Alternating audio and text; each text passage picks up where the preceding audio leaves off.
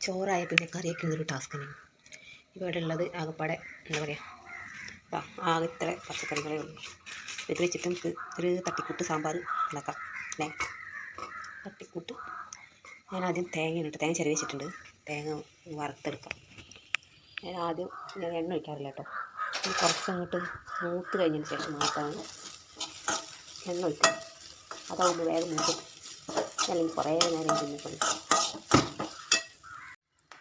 ഇതിലേക്ക് 2 കുരുമുളകും പിന്നെ ചെറിയ ചുവന്നുള്ളി, പിന്നെ ഒരു വെളുത്തുള്ളി,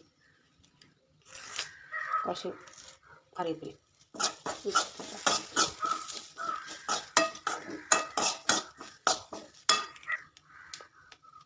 കുറച്ച് മഞ്ഞൾപ്പൊടി കൂടി ഇടണ്ടേ. ഏകദേശം തേങ്ങയിലുള്ള വെള്ളമൊക്കെ വറ്റിയിട്ടുണ്ട്. കുറച്ച് വെളിച്ചെണ്ണ ഒഴിച്ചെടുക്കാം. പിന്നെ ഒരു കാര്യം മറന്നു, ജീരകം, കുറച്ച് ജീരകം മതി. ജീരകം ഇട്ടിട്ട് ഏകദേശം ഈ ഒരു പരിപ്പാകുമ്പോൾ എടുക്കുകയാണ് നല്ലത്. കരിയും തന്നെ എനിക്ക് അതിലെടുക്കാം. വറുത്തത് ഒരു പാത്രത്തേക്ക് മാറ്റിയിട്ടുണ്ട്. ഇപ്പോൾ കായം കൂടി ഇത് ഈ ചട്ടി തന്നെ ഇട്ടാണ്ട് കറക്കാം. ഇതാണൊരു പരിവം തോന്നുന്നു. പൊട്ടണമൊന്നുമില്ല, ഏകദേശം ആയി തോന്നുന്നുണ്ട്. ഈ ചട്ടി തന്നെ എനിക്ക് ഇതെങ്കിലും നമുക്ക് ആക്കിയെടുക്കാം. അപ്പോൾ നൈറ്റ് പറഞ്ഞാൽ ഇത്ര ഇൻഗ്രീഡിയൻസേ ഉള്ളൂ കേട്ടോ. ആവശ്യമുള്ള വറുത്തുണ്ടാക്കണം. തക്കാളി, ഉള്ളി, കിഴങ്ങ്, പിന്നെ പച്ചമുളക്, പയർ, ക്യാരറ്റ്, പിന്നെ നേരത്തെ വാട്ടി വെച്ചത്. ഇത്ര ഇൻഗ്രീഡിയൻസ് നമുക്കുള്ളൂ. ഇതിലേക്ക് കുറച്ച് മഞ്ഞൾപ്പൊടി, മുളക് പൊടി, ഉപ്പ്, മതി.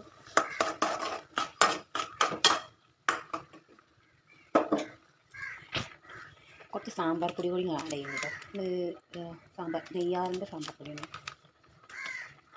അങ്ങനെ മതി. അതിന് വറുത്തിടുമ്പോൾ കുറച്ചും കൂടി പിന്നെ നേരത്തെ ഇതാക്കി വെച്ച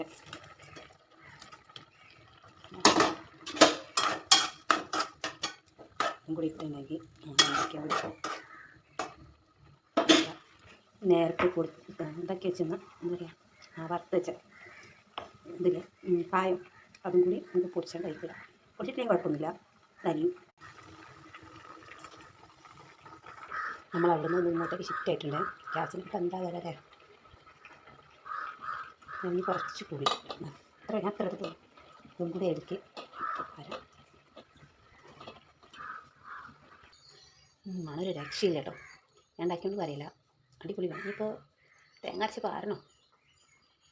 ഈ തേങ്ങ അരച്ചും കൂടി പാരട്ടെ. ഒന്ന് കലക്കി കൂടി പാരാം.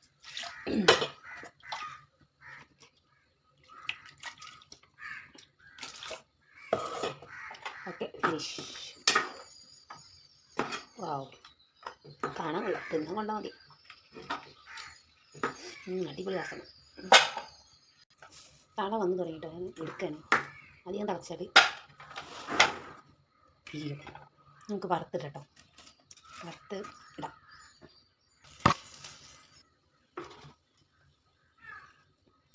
കുറച്ച് വെളിച്ചെണ്ണ, കുറച്ചുണ്ട്. കടുക് കുറച്ചിട്ടുള്ളൂ. അതൊന്ന് പൊട്ടി വരുമ്പോഴത്തേക്കിന് പൊട്ടണില്ലേ, പൊട്ടണം. കുറച്ച് ഇടുന്നു. പിന്നെ ഒരു വറ്റൽമുളക്, പിന്നെ കുറച്ച് കുറച്ച് നമുക്ക് സാമ്പാർ പൊടി കുറച്ച് ഇട്ടിട്ട്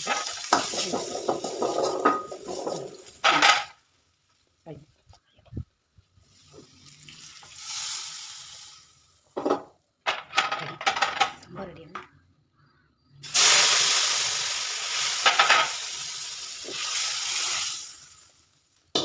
അപ്പോൾ നമ്മുടെ തട്ടിക്കൂട്ട് സാമ്പാർ